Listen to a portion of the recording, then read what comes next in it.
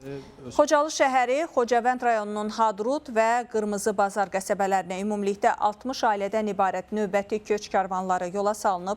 Qeyd olunan yaşayış məntəqələrinə köç edənlər ölkənin müxtəlif bölgələrində əsasən yataqxanalarda, sanatoriyalarda və inzibati binalarda müvəqqəti məskunlaşmış ailələrdir.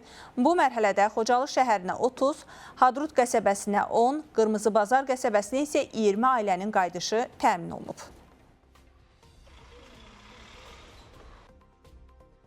Allah şəhidlərimizə rəhmət eləsin, qazilərimizə can sağlığı versin. Bizə bu sevinci yaşatdıqlarına görə onlara minnətdarlığımızı bildiririk. Heç nə, öz ailələrimizlə bir yerdə, uşaqlarımızla bir yerdə.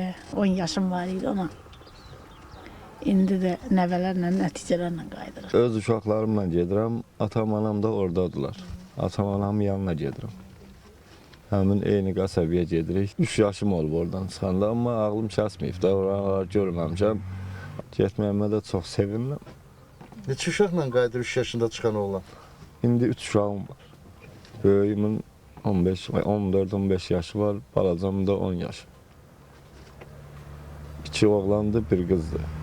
Bir dənə də xahişim olar ki, bizə iş verər. Orada inşallah işimizi davam eləyərik.